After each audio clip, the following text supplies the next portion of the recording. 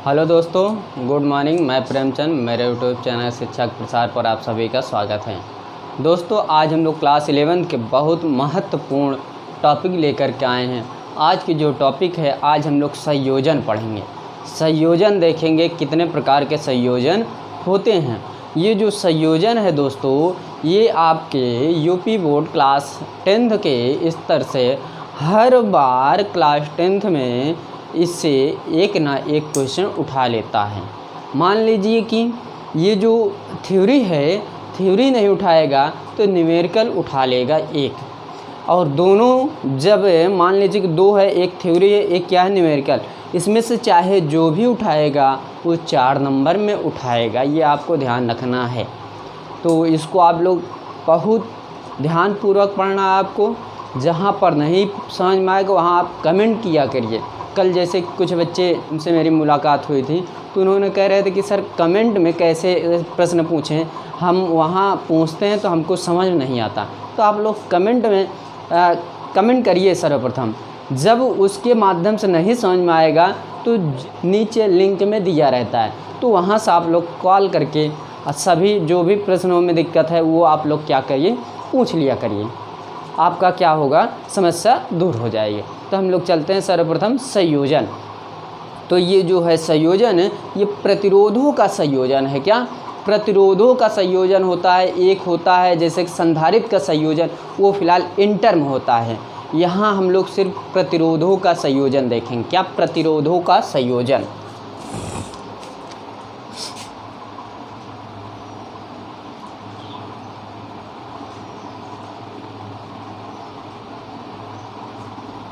प्रतिरोधों का संयोजन।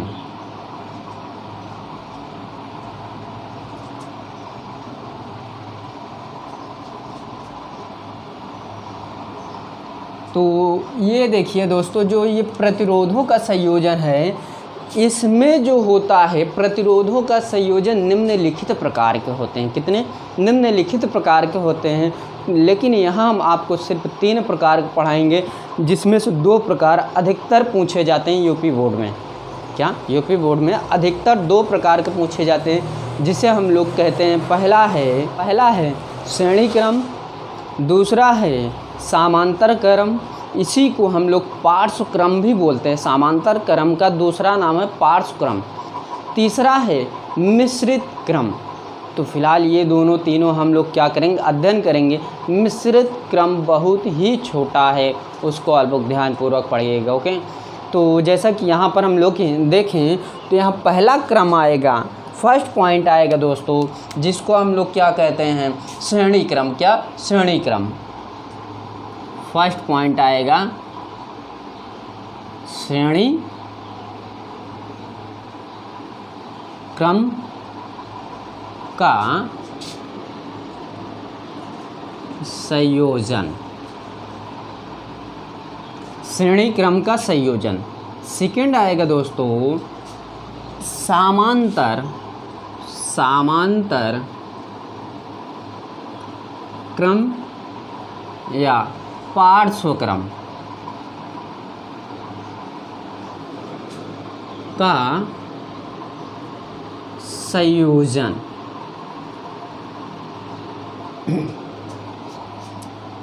तीसरा है दोस्तों मिश्रित क्रम का संयोजन। इतनी बात क्लियर। तो यहाँ पर हम लोग देखेंगे श्रेणी क्रम का संयोजन। ये बहुत ही लंबा है, ये भी बहुत लंबा है। आज इसको एक ही टॉपिक को हम लोग समाप्त करेंगे। जब ये समाप्त होगा तो इस पर हम लोग क्या करेंगे, न्यूमेरिकल हल करेंगे।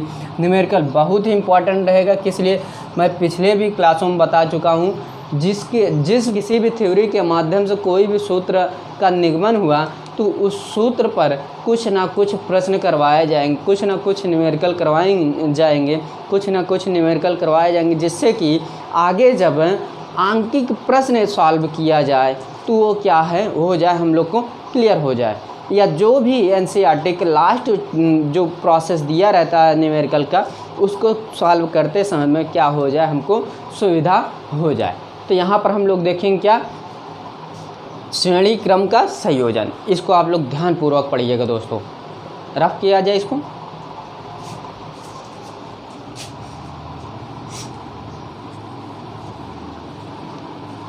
तो इसमें दो प्रोसेस होता है, एक अच्छी रोड, दूसरी खराब रोड। जब अच्छी रोड मिलेगी दोस्तों तो उसमें हमेशा धारा प्रवाहित होगी। क्या, हमेशा उसमें क्या होगा, धारा प्रवाहित होगा। यदि मान लीजिए खराब रोड मिली, सड़क जिसको कहते हैं, खराब सड़क मिली, तो उसमें प्रतिरोध प्रवाहित होंगे, यानी कि उसको हम प्रतिरोध कहते हैं। यदि मान लीजिए अच्छी रोड मिली, अच्छी सड़क मिली, तो उसमें धारा प्रवाहित होगी। जैसा कि मान लीजिए कि हम इसको सर्वप्रथम हेडिंग डालते हैं, तब उस पर क्या करते हैं, डिस्कस करते हैं। फर्स्ट पॉइंट है श्रेणी क्रम का संयोजन। जैसा कि मैंने अभी यहाँ खराब सड़क और अच्छी सड़क के बारे में डिस्कस किया कुछ, वो आपको जब आप लोग समांतर क्रम पढ़ेंगे उसमें आपको क्लियर हो जाए ज़्यादा, क्योंकि वहाँ पर 3 सड़क ऐसी होती हैं जो ख़राब आपको मिलेंगी और 3 सड़क ऐसी रहेंगी जो अच्छी मिलेंगी। तो यहाँ पर हम उस पर कुछ न्यूमेरिकल भी करवाएंगे, आप लोग उससे निश्चिंत रहिएगा। जैसा कि यहाँ पर देखा जाए, चित्र इसका बनाया जाए, तो मान लीजिए कि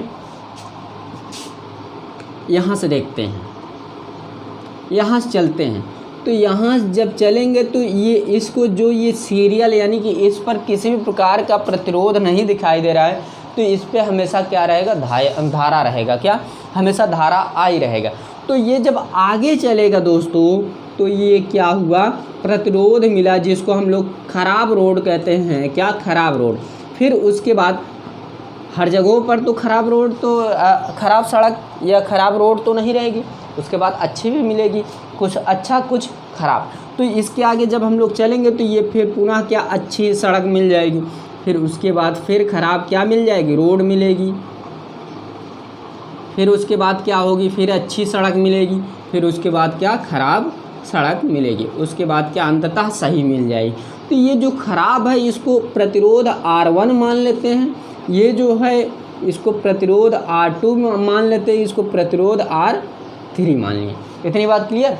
यानी कि सर्वप्रथम मान लीजिए कोई बाइक यहाँ से चली 30 के स्पीड से, तो वो क्या यहाँ पर भी 30 की स्पीड से चलेगी, नहीं, उसकी गति में क्या होगा, परिवर्तन होगा, धीमी हो जाएगी।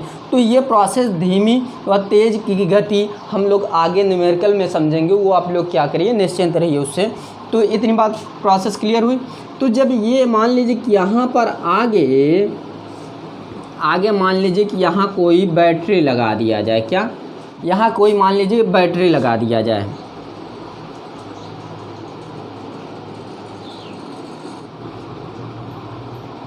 और आगे क्या, कुंजी।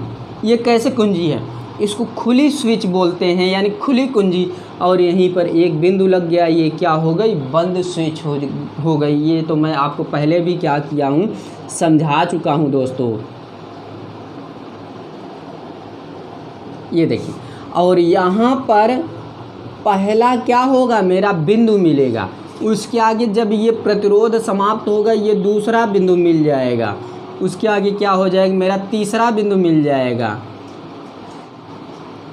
कुछ इस प्रकार के बिंदु मिलेंगे। यहाँ पर क्या हो जाएगा, डी हो जाएगा। इतनी बात क्लियर।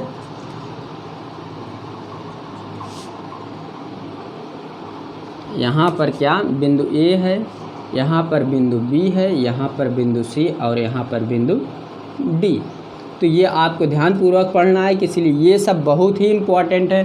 तो ये जो परिभाषा बनेगी दोस्तों, इसी के अकॉर्डिंग सभी मैं बना कर रखा हूँ, ये आप लोग देखिएगा। जैसा कि इसको हम लोग बैटरी, ये प्लस हो गया, इसमें धारा I प्रवाहित है, और यहाँ माइनस है, इसको बैटरी, और ये क्या है, कुंजी के। इतनी बात क्लियर। ये जो प्रोसेस हुआ है इसका सभी प्रोसेस मैं यहाँ लिखता हूँ, और सभी आपको क्लियर हो जाएगा, ये मैं गारंटी देता हूँ। जितने भी पॉइंट मैं यहाँ लिखूँगा सभी पॉइंट इसके माध्यम से क्या करूँगा, आपको समझाऊँगा। यहाँ पर और इसी में एक लाइन और देख लेते हैं, एक लाइन और देख लेते हैं। जैसा कि यहाँ से लेकर के यहाँ तक का मेरा विभवांतर V1 रहेगा, राइट, और यहाँ से यहाँ तक V2 रहेगा और इसके आगे V3 रहेगा। ये पॉइंट आपको देखना, ये सभी प्रोसेस अभी आपको क्लियर होंगे कि ये जो मैं लिख रहा हूँ कि ये क्या प्रोसेस लिखा जा रहा है, ये प्रोसेस क्या लिखा जा रहा है, ये आपको क्लियर हो जाएगा। जैसा कि यहाँ पर लिखा जाए दोस्तों, तो यहाँ पर आप लोग समझिएगा तो यहाँ पर आप लोग लिख सकते हैं, इस संयोजन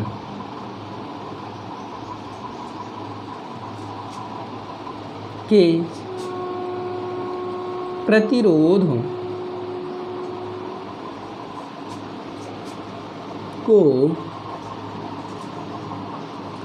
इस प्रकार जोड़ते हैं कि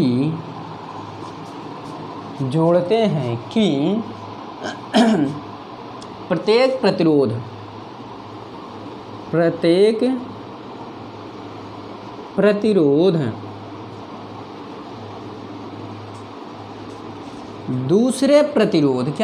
दूसरे सिरे से अगले वाले प्रतिरोध के सिरे लिख लीजिए, ज़्यादा सूटेबल है।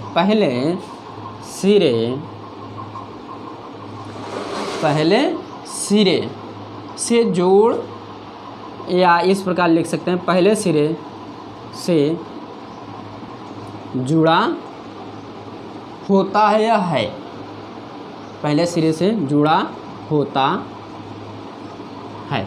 इतनी बात क्लियर? इसको मैं समझाता हूँ तब आपको और लिखवाता हूँ। तो यानी कि इसमें यह बताया जा रहा है कि इस संयोजन के प्रतिरोध क्या है, R1, R2 और R3 है। प्रतिरोध को इस प्रकार जोड़ते हैं कि प्रत्येक प्रतिरोध दूसरे प्रतिरोध के सिरे से, दूसरा प्रतिरोध क्या है, दूसरे प्रतिरोध के सिरा, मान लीजिए कि ये क्या है, सिरा है, दूसरा सिरा है, दूसरे सिरे के अगले वाले ये जो दूसरा सिरा है इसके अगले वाले प्रतिरोध के पहले वाले, यानी पहला क्या होगा, पहले वाले सिरे से क्या होता है, जोड़ दिया जाता है। यानी कि ये जो सिरा है अगले वाले प्रतिरोध के सिरे से क्या किया जाता है, यानी कि इसका कनेक्शन इससे है, यानी कि ये प्रोसेस इसके साथ क्या किया गया, जोड़ दिया गया, तभी एक साथ चैन का आकार ये लेगा। इतनी बात क्लियर? अब ये जुड़ा होता है, इसी के आगे एक लाइन दो लाइन और लिख देते हैं जिससे कि ये क्या हो जाए, क्लियर हो जाए। तो यहाँ पर देखा जाए दोस्तों, तो यहाँ पर ये हो जाएगा तथा क्या, तथा इस प्रकार के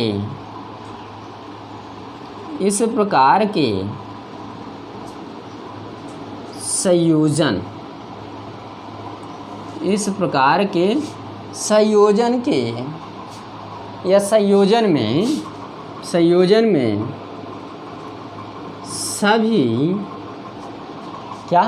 सभी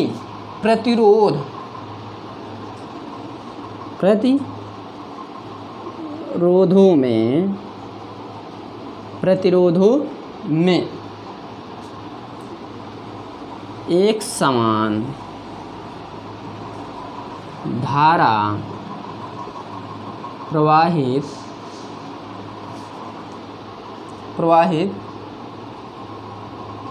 होती है।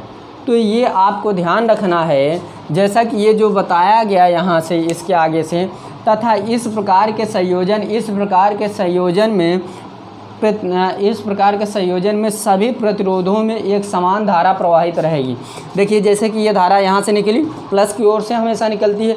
जब ये प्लस की ओर से निकली तो ये धारा यहाँ गई, तो यहाँ से यहाँ पहुँचेगी, लेकिन ये प्रतिरोध से होते हुए आगे बढ़ते हुए बी सी डी से आगे होते हुए यहाँ आकर क्या यहाँ भी आई रहेगा। तो ये आगे होते हुए फिर पुनः क्या होगा, यहाँ पर समाप्त हो जाएगा। तो ये कंडीशन इसी पर आधारित मैं सभी बनाया हूँ। यदि मान लीजिए कि मैं बोल देता तो ये प्रोसेस यहाँ आपका क्लियर नहीं होता, ये आपका प्रोसेस क्लियर यहाँ नहीं होता। ये आपको ध्यान रखना है, इसलिए हर बातें बोल करके समझाई नहीं जा सकती, कुछ लिख करके भी समझाए जा सकते हैं।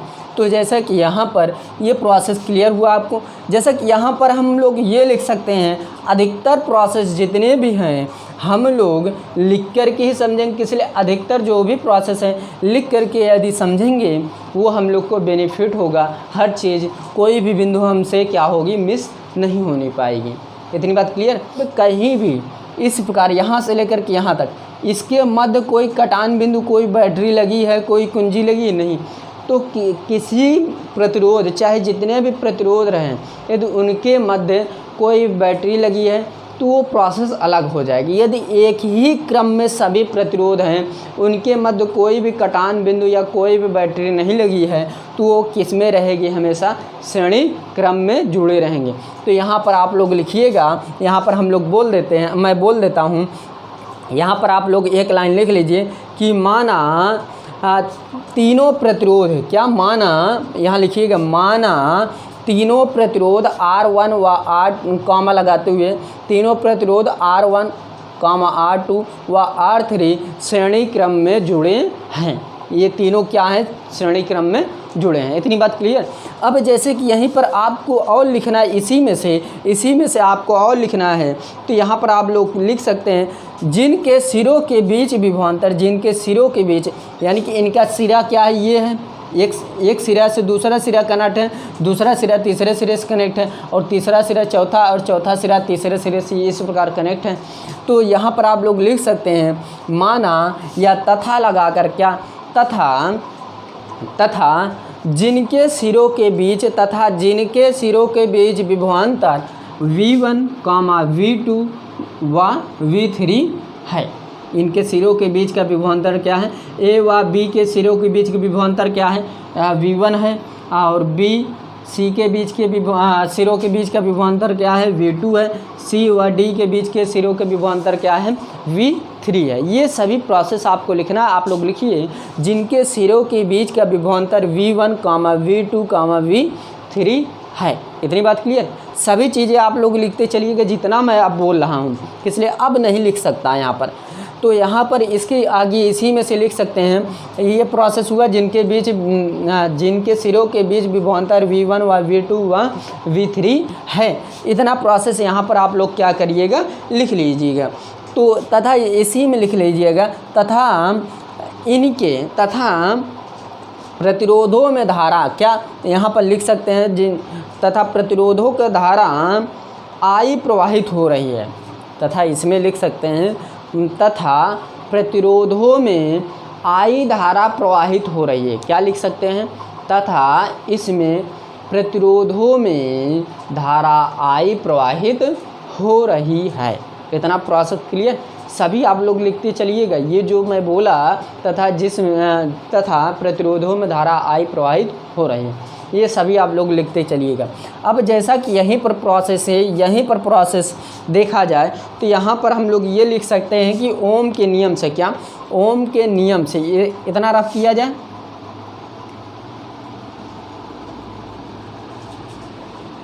या आपको ना क्लियर हो तो मैं उसको भी लिख सकता हूँ या लिखवा सकता हूँ।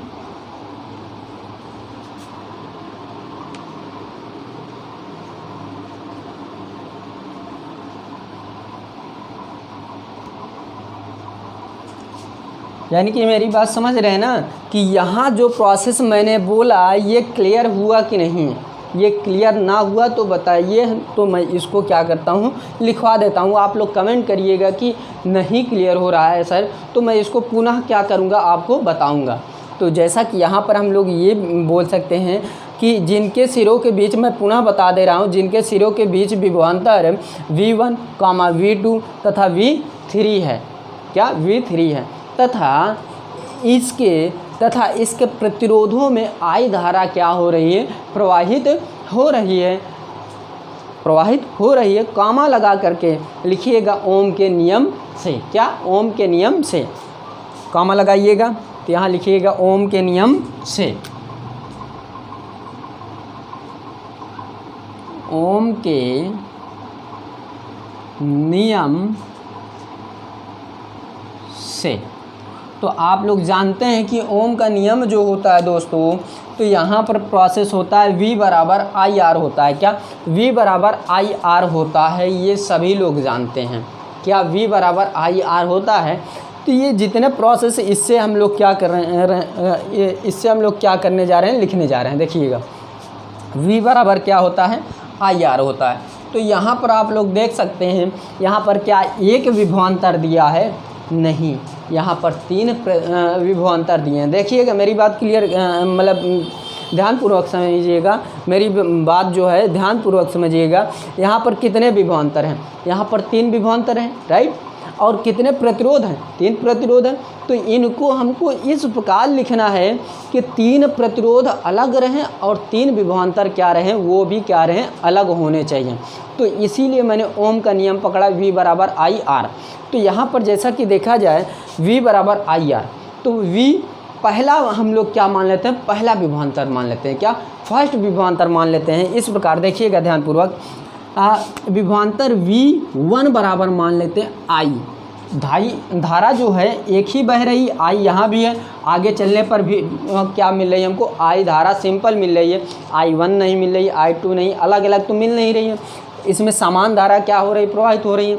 तो यहाँ पर हम लोग क्या करेंगे, V बराबर I समान रखेंगे, और प्रतिरोध कितना है, यहाँ 3 प्रतिरोध है, R1 व R2 व R3।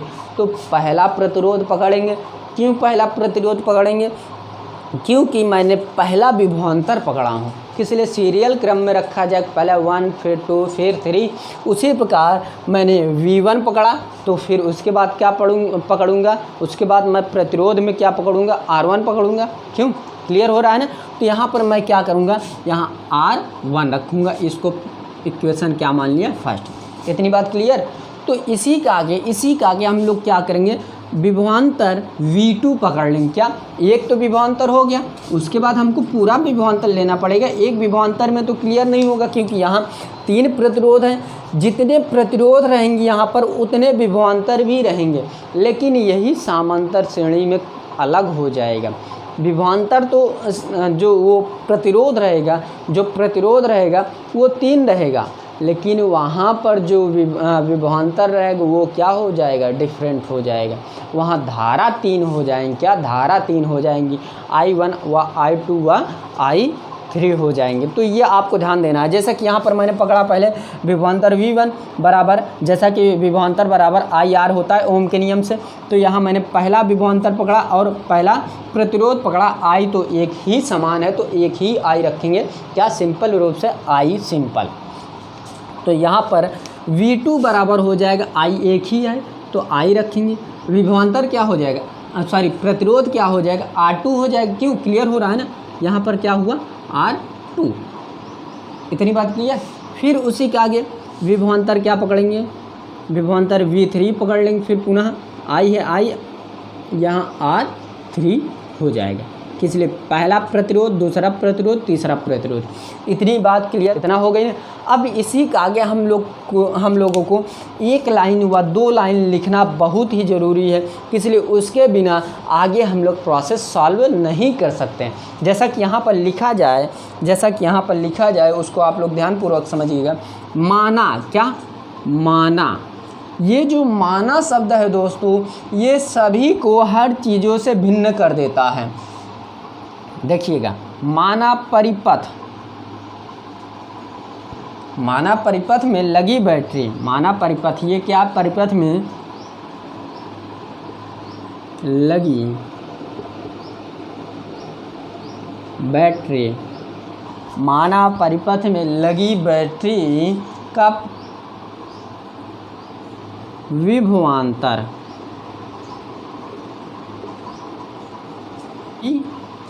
है, तब अब देखिए, तब उसके आगे क्या प्रोसेस होगा। जब विभवांतर v हो गया दोस्तों, तो विभवांतर v हो गया, तो जब कहीं भी इस प्रकार के ये जो बैटरी के साथ ये जो मैं लिखा हूँ माना परिपथ में लगी बैटरी का प्रतिरोध, बैटरी का विभवांतर v है, तब इसको ये किसकी चर्चा हो रही, सीरियल क्रम यानी कि श्रेणी क्रम ये डिस्कस हो रहा है। टॉपिक जो है श्रेणी क्रम का है, तो प्रतिरोध भी श्रेणी क्रम में ही रखे जाएंगे। प्रतिरोध को भी क्या किस में रखे जाएंगे, श्रेणी क्रम में रखे जाएंगे। अर्थात ये हो जाएगा v बराबर कितने विभवांतर हैं, v1 व v2 व v3, तो यानी कि v1 plus v2 plus v3।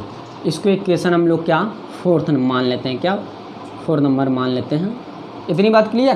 तो ये सभी किस में जुड़े हैं, ये मेरे श्रेणी क्रम में जुड़े हैं। इसको आप लोग ध्यानपूर्वक समझिएगा, इसलिए ये सब बहुत ही इम्पॉर्टेंट कड़ी हैं।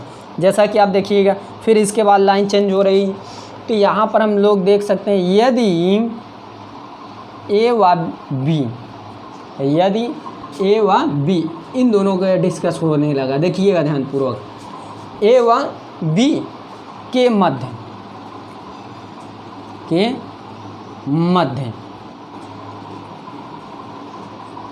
तुल्य प्रतिरोध,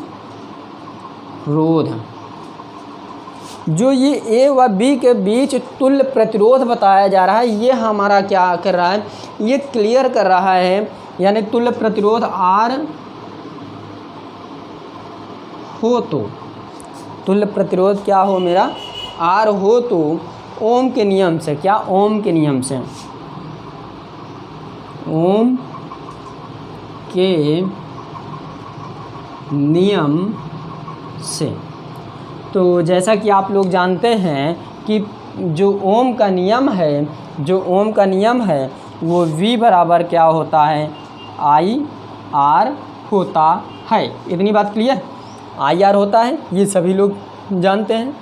IR होता है, V बराबर IR होता है। देखिएगा, अब इसके बाद आप लोग ये लिख सकते हैं, देखिएगा ध्यानपूर्वक, V का मान क्या, V का मान समीकरण, V का मान समीकरण 4 में रखने पर, V का मान जब, यानी कि इसका मान हम लोग किस में रख रहे हैं, 4 नंबर में रख रहे हैं, समीकरण इक्वेशन 4 में रख रहे हैं। देखिएगा, जब समीकरण 4 में हम लोग रखेंगे, देखिएगा ध्यानपूर्वक, V पर रख रहे हैं, V का मान क्या दिया, IR, तो इसके स्थान पर मैंने क्या रखा, IR बराबर क्या, V1 plus V2 plus V3, इतना रखा। तो ये जो है प्रोसेस, इसको इक्वेशन हम लोग क्या 5 मान लेते हैं। इतनी बात क्लियर। तो अब आगे देखिएगा, इसी पर पूरा रखा गया है। देखिए, ये मध्य वाला हम लोग रफ कर देते हैं, बीच वाला क्या कर रहे हैं, रफ कर रहे हैं।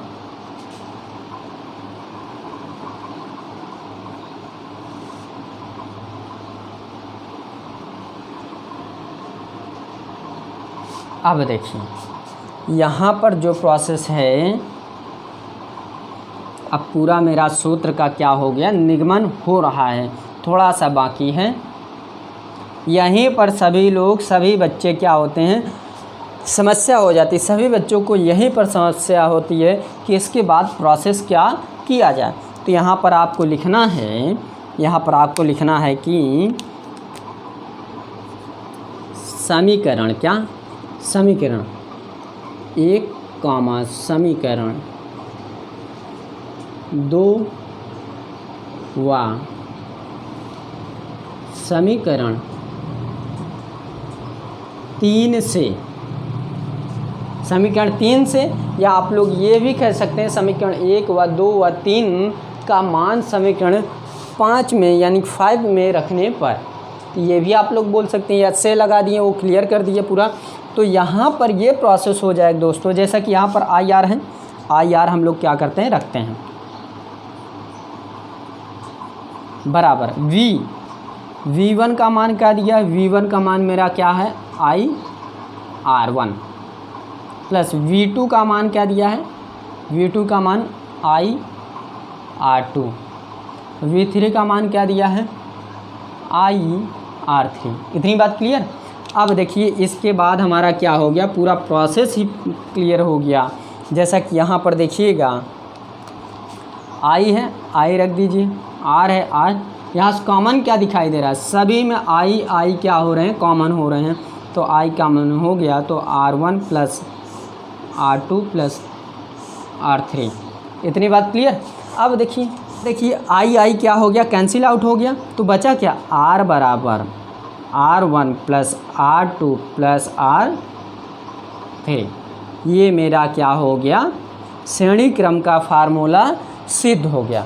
अब देखिए यहाँ पर जो प्रोसेस हुआ है, यहाँ पर जो R बराबर R1 प्लस R2 व R3 रखा गया है दोस्तों, तो जैसा कि प्रश्न में आपसे 3 प्रतिरोध के स्थान पे 5 प्रतिरोध का डिस्कस कर दिया जाए तो वहाँ पर क्या होगा?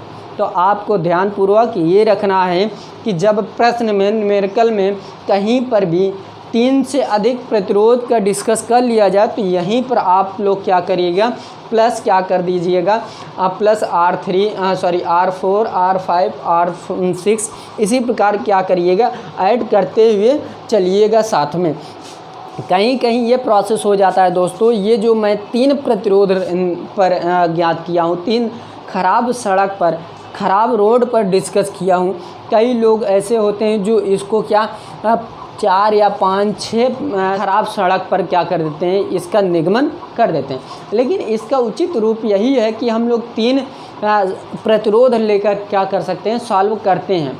यही नियम है कि 3 प्रतिरोध को पकड़िए कि जो सूत्र का निगमन होगा लास्ट में, उसी में हम लोग क्या करेंगे? ऐड करते चले जाएंगे। मान लीजिए 3 प्रतिरोध पर मैंने सॉल्व किया, अब 4 या 5 प्रतिरोध पूछ लिया तो उसी में ऐड करते हुए क्या करेंगे? हम लोग सॉल्व कर सकते हैं। कहीं कहीं आपको ये भी देखने को मिलेगा, जैसे कि R बराबर हो जाएगा R1 plus R2 plus R3 plus R4।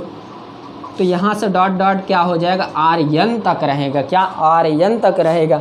इसको इसलिए लिख दिया जाता है, कहीं कहीं प्रश्नों में 3 या 4 प्रतिरोधों से अधिक प्रतिरोध पूछ लिया जाता है, इसलिए इसको बना करके लिख दिया जाता है। तो आपको ये ध्यान रखना है कि 3 प्रतिरोध से अधिक प्रतिरोध पूछेंगे तो हमको क्या करना? उसी में ऐड कर देना।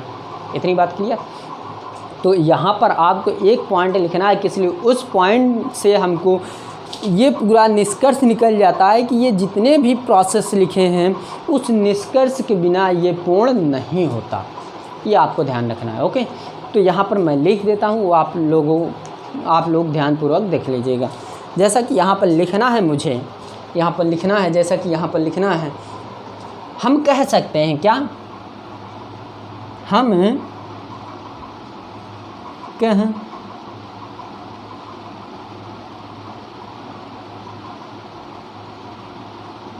हम कह सकते हैं, यानी कि इसमें जो प्रोसेस मैंने लिखा उसके अकॉर्डिंग हम लोग ये कह सकते हैं कि श्रेणी क्रम में संयोजित क्या? श्रेणी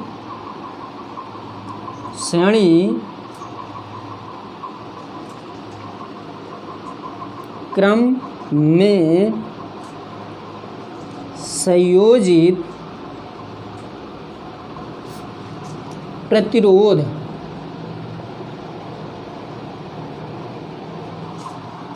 हम कह सकते हैं कि श्रेणी क्रम में संयोजित प्रतिरोध का तुल्य प्रतिरोध, प्रतिरोध का तुल्य प्रतिरोध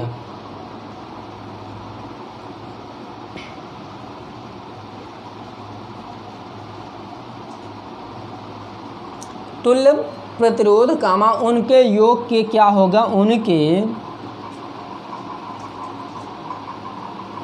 योग के बराबर होगा। इतनी बात क्लियर? यानी कि ये लाइन हमको यह स्पष्ट करती है कि हम कह सकते हैं, इसके अकॉर्डिंग हम लोग कह सकते हैं कि श्रेणी क्रम में संयोजित प्रतिरोध का तुल्य प्रतिरोध उनके योग के बराबर होता है। इनके योग की ये जो R है ये मेरा क्या है, तुल्य प्रतिरोध है। क्या तुल्य प्रतिरोध की ये सब क्या है, योग के बराबर हैं। ये सभी जितने भी प्रतिरोध है वो तुल्य प्रतिरोध के क्या हैं, बराबर हैं। R1 व R2 व R3 किसके बराबर है, तुल्य प्रतिरोध के क्या हैं, बराबर हैं। ये आपको ध्यान रखना है, यही सब प्रोसेस हमको लिखना है जिससे हमको क्या होता है, नंबर मिलता है। इतनी बात क्लियर। तो ये रही बात इससे। अब हम लोग चलते हैं क्या, इसी के आधारित है, यानी कि इसी फार्मूला पर हैं, इसी फार्मूले पर आधारित कुछ न्यूमेरिकल देख लेते हैं जिससे कि ये क्या हो जाए, पूरा पूर्ण रूप से क्लियर हो जाए। लास्ट में तो मैं न्यूमेरिकल करवाऊंगा, लेकिन इस पर यदि मैं करवा दूंगा तो कुछ बच्चे ऐसे होते हैं कि यदि इस सूत्र पर मैं न्यूमेरिकल कर लूँगा तो ये सूत्र क्या होगा, हमको याद हो जाएगा। कुछ बच्चे ऐसे ही देखते हुए उनके मन में मस्तिष्क में बैठ जाता है कि ये फार्मूला बहुत सरल है, R बराबर हमको R1 सिर्फ अंकों का ऐड करना है, बस हो गया। R लिखना है, 1 लिखना है, फिर प्लस करके R2, ये क्रम में कुछ बच्चे याद कर लेते हैं। तो फिलहाल हम लोग यहाँ पर न्यूमेरिकल देख लेते हैं। इतनी बात क्लियर। तो इसको रब करते हैं दोस्तों।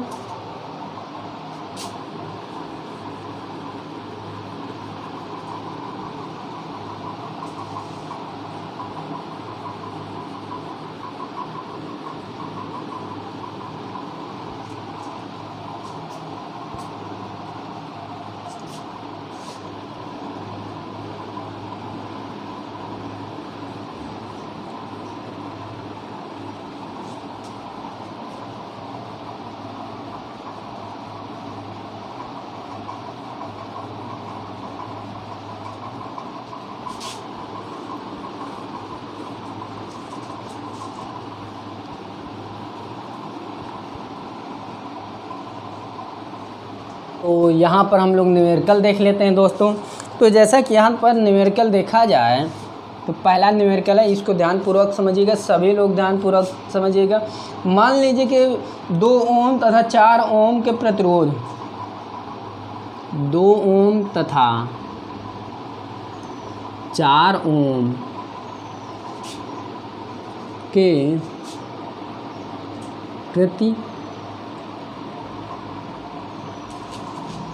के तार 2 ओम तथा 4 ओम के प्रतिरोध परिपथ में श्रेणी क्रम, परिपथ में श्रेणी क्रम में जोड़ा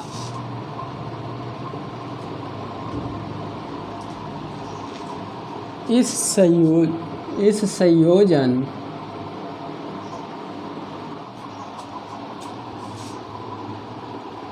प्रतिरोध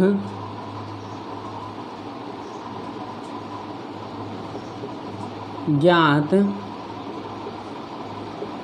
देखिए ये जो सवाल है बहुत सरल है, इसको आप लोग ध्यानपूर्वक देखिएगा। जैसा कि यहाँ पर जो प्रश्न बताया जा रहा है इसको हम लोग देखते हैं।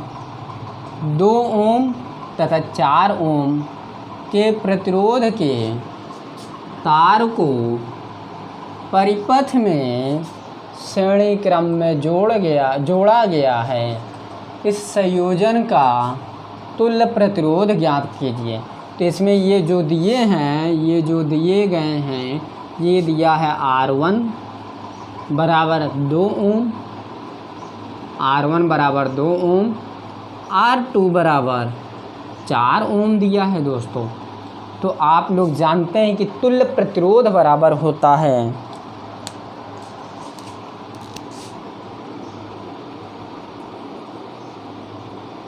R बराबर होता है R1 प्लस R2। यहाँ पर R3 भी लिख सकते हैं, क्या R3 भी लिख सकते हैं, लेकिन यहाँ पर जो प्रतिरोध दिए हैं, कितने प्रतिरोध दिए हैं, 2 प्रतिरोध दिए हैं, तो उसके आधार पर हम लोग क्या रखेंगे, यहाँ पर उतने ही प्रतिरोध रखेंगे जितने यहाँ पर प्रतिरोधों का मान दिया रहेगा। जैसा कि यहाँ पर R बराबर R1 का मान क्या दिया है 2 ओम, R2 का मान दिया है 4 ओम, आर बराबर क्या हो जाएगा 4 2 6 ओम। ये क्या हो गया मेरा आंसर। इतनी बात क्लियर। ये रहा इस नॉर्मल सवाल। अब हम लोग थोड़ा कठिन से कठिन की ओर प्रश्नों को ओर चलते हैं, ध्यानपूर्वक समझिएगा। इतनी बात क्लियर। रफ किया जाए।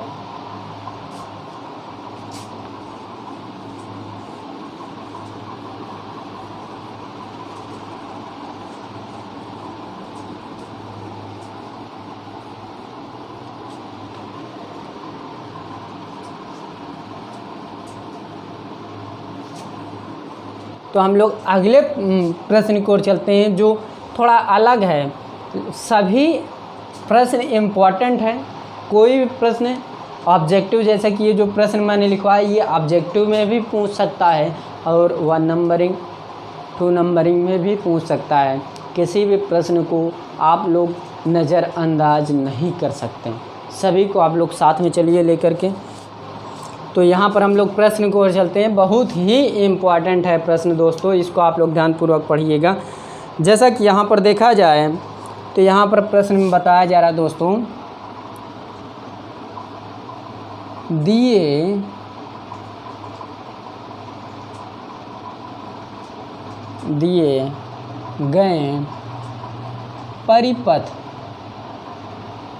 गए परिपथ में 10 ओम, 6 ओम तथा 4 ओम के 3 प्रतिरोध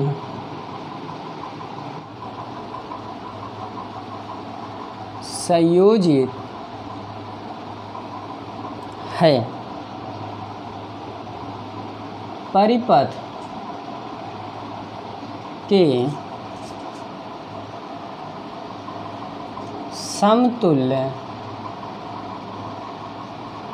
के समतुल्य प्रतिरोध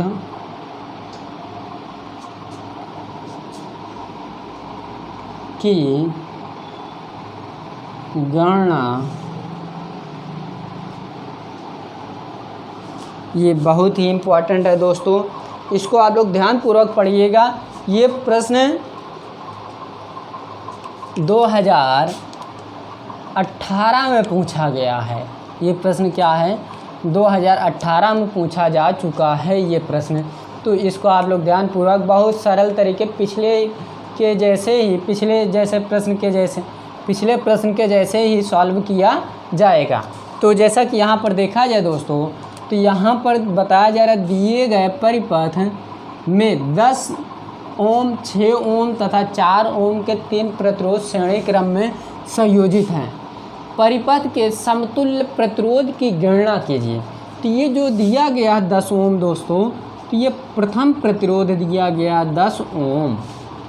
आगे दिया गया R2 बराबर 6 ओम, R3 बराबर दिया गया दोस्तों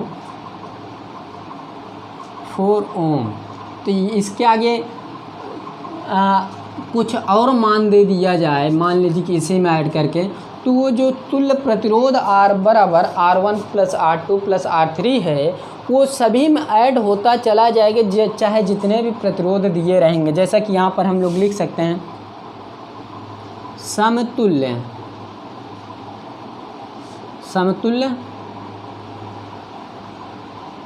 प्रतिरोध। तो ये जो समतुल्य प्रतिरोध है दोस्तों, R बराबर क्या हो जाएगा R1 plus R2 plus R3। तो यहाँ पर 3 मान दिए हैं तो इसलिए 3 प्रतिरोध लगा दिए। 4 प्रतिरोध देता है तो 4 प्रतिरोध, जितने भी प्रतिरोध दिए रहेंगे उसके अकॉर्डिंग इसको हम लोग क्या करेंगे, लिखेंगे। ये आपको ध्यान देना है, सभी चीज़ों पर आपका फोकस होना चाहिए। कहीं से भी फोकस हटा, आपको नहीं समझ में आया तो हमको दोषी मत ठहराइएगा कोई भी बच्चा। तो यहाँ पर R1 का मान क्या दिया 10 ओम, R2 का मान क्या दिया है 6 ओम, R3 का मान क्या दिया है 4 ओम। इतनी बात क्लियर। तो यहाँ पर R बराबर हो जाएगा, देखिए 10 6 16 16 4 क्या हो जाएगा 20 ओम हो जाएगा।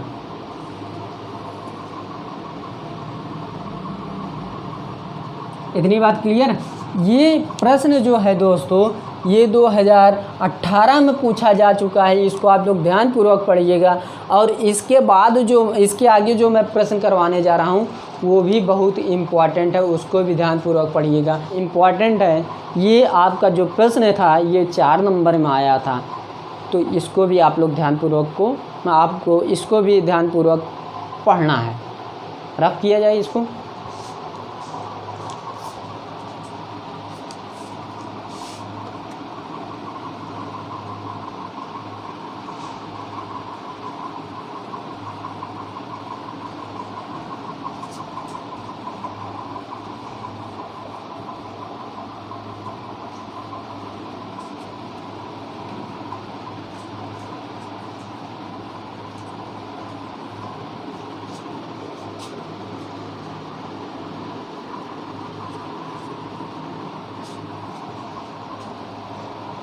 तो इसके आगे हम लोग वो प्रश्न देखते हैं जो बहुत ही इम्पोर्टेंट है दोस्तों। जैसा कि देखिएगा सभी लोग,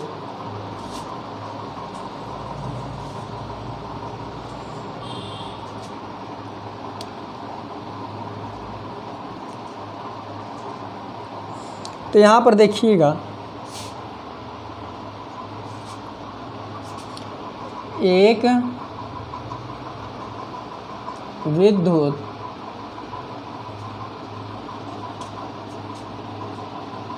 लैंप, एक विद्युत लैंप जिसका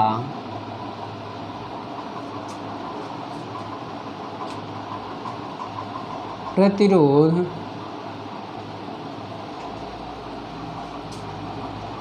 30 ओम है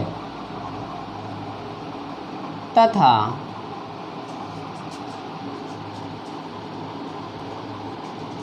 एक 8 ओम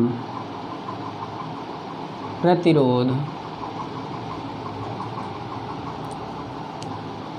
का चालक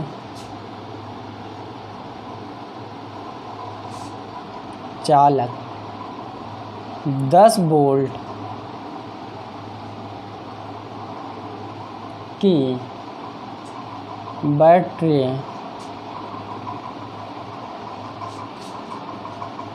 से चित्र में दिखाए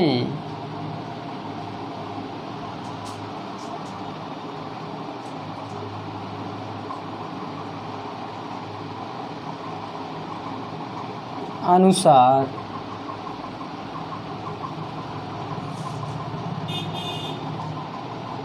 संयोजित हैं। फर्स्ट पॉइंट देखिएगा, परिपथ का तुल्य प्रतिरोध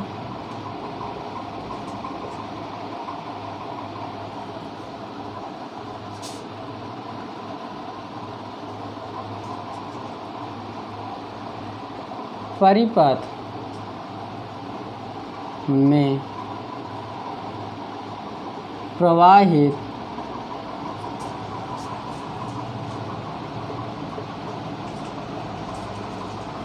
विद्युत धारा। तो हाँ, हम लोग अब चित्र बनाते हैं। तो देखिएगा चित्र,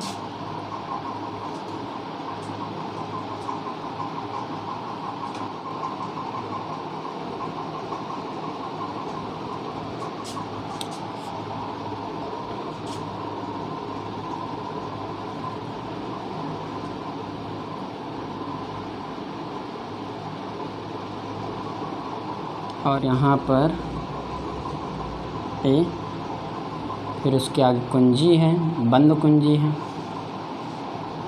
के है, प्लस है, माइनस है। तो इसी के अकॉर्डिंग देखिएगा सभी लोग।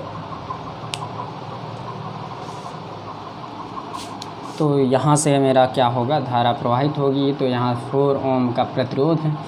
अब देखिए ये जो प्रोसेस है इसको हम लोग क्या करते हैं, सॉल्व करते हैं। देखिएगा सभी लोग, तो यहाँ पर हम लोग सर्वप्रथम लिखते हैं क्या क्या प्रोसेस दिया है। तो यहाँ दिया है विद्युत लैंप का प्रतिरोध, लैंप का प्रतिरोध। तो यहाँ जो दिया गया है दोस्तों, विद्युत लैंप का प्रतिरोध R1 बराबर दिया है, क्या R1 बराबर दिया है 30 ओम। इतनी बात क्लियर। और इसी के आगे जो 8 ओम का प्रतिरोध चालक 10 वोल्ट की बैटरी से चित्र में दिखाए गए, चित्र के अनुसार दिखाए गए संयोजित है। तो इसको इसी के आधार पर देखिएगा, सर्वप्रथम हम लोग एक बार प्रश्न पढ़ लेते हैं। तो इसमें बताया जा रहा है एक विद्युत लैंप जिसका प्रतिरोध 8 ओम है, एक विद्युत लैंप जिसका प्रतिरोध R ओम है, एक 8 ओम प्रतिरोध का चालक, ये जो 8 ओम का प्रतिरोध का चालक, इसको श्रेणी क्रम में संयोजित किया गया। इसको देखिएगा दोस्तों, इसको 8 ओम का प्रतिरोध जो है श्रेणी क्रम में संयोजित किया गया है। ध्यानपूर्वक देखिएगा, ये मेरा 8 ओम का है प्रतिरोध। तो इसके आगे देखिएगा सभी लोग, तो ये जो प्रोसेस है, तो यहाँ पर हम लोग ये लिख सकते हैं श्रेणी क्रम, क्या श्रेणी क्रम में संयोजित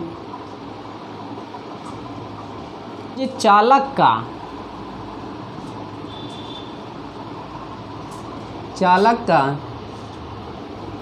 प्रतिरोध यहाँ R2 बराबर हो जाएगा, R2 बराबर हो जाएगा 8 ओम, क्या 8 ओम। तो इनका परिपथ के तुल्य प्रतिरोध, इनका परिपथ इस प्रकार लिखिएगा,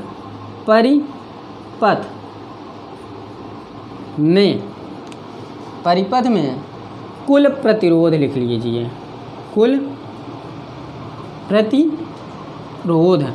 तो यहाँ पर कुल प्रतिरोध हो जाएगा दोस्तों, यहाँ पर कुल प्रतिरोध R बराबर हो जाएगा R1 प्लस R2। क्यों?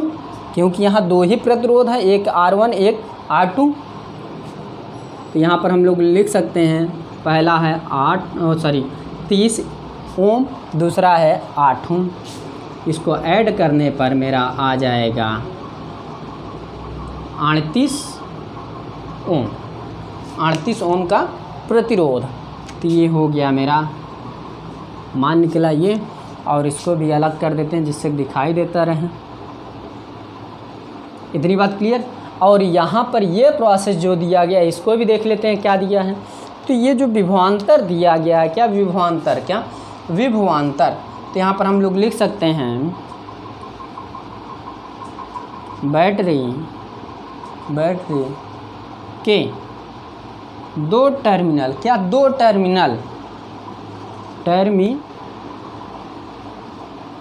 टर्मिनलों के बीच का विभवांतर, क्या विभवांतर V बराबर क्या दिया है 10 वोल्ट, V बराबर क्या दिया है 10 वोल्ट। इतनी बात क्लियर। जैसा कि यहाँ पर हम लोग देखते हैं सेकेंड पॉइंट दोस्तों, क्या सेकेंड पॉइंट देख लेते हैं। ये मेरा पूरा फर्स्ट पॉइंट था, इसको आप लोग ध्यानपूर्वक देखिएगा। ये मेरा क्या है फर्स्ट पॉइंट है, और सेकेंड पॉइंट आप देख लेते हैं। ये जो भी मैं किया हूँ ये सब फर्स्ट पॉइंट के अंतर्गत ही है। तो सेकेंड पॉइंट जो बताया जा रहा है, परिपथ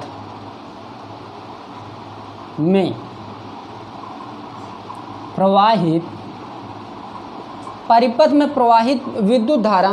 तो यहाँ पर जो विद्युत धारा है तो इसको हम लोग कुल विद्युत धारा निकाल लेते हैं, क्या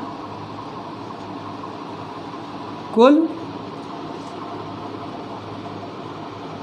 विद्युत धारा। तो ये जो इसके अकॉर्डिंग जो फार्मूला बनेगा उसको आप लोग ध्यानपूर्वक देखिएगा। I बराबर क्या होता है V/R। क्यों V/R? इसलिए विभवांतर V बराबर IR होता है, तो उसको उधर भेज दिया तो I बराबर इतना हो गया। तो यहाँ पर हम लोग ये लिख सकते हैं विभवांतर का मान क्या दिया है 10 वोल्ट, क्या 10 वोल्ट, बटे प्रतिरोध का मान क्या दिया है, जो प्रतिरोध कुल का प्रतिरोध निकला है क्या 38 दिया है, क्या 38। और जब इसको हम लोग क्या करेंगे भाग देंगे तो ये आएगा 0.263 एम्पियर। ये क्या हुआ मेरा मान प्राप्त हो गया सेकंड परिपथ। और इसमें थर्ड परिपथ है, यानी कि जो ये 2 पॉइंट मैंने लिखवाया, इसमें तीसरे भी पॉइंट बन सकते थे जो मैं नहीं बनाया, तो फिलहाल चलिए कोई बात नहीं, उसको नहीं लिखे तो कोई बात नहीं। तो ये रही बात मेरा क्या श्रेणी क्रम से कुछ इम्पॉर्टेंट प्रश्नों पर मैंने क्या किया डिस्कस किया।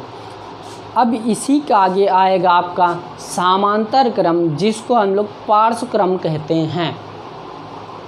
जितने भी प्रश्न रहेंगे इन दोनों सूत्रों से, मान लीजिए कि ये जैसे मैंने श्रेणी क्रम करवाया उसी प्रकार समांतर क्रम भी करवाऊंगा, लेकिन उसमें थोड़ा सा डिफरेंट रहेगा। उसका जो फार्मूला आएगा वो बटे में आएगा।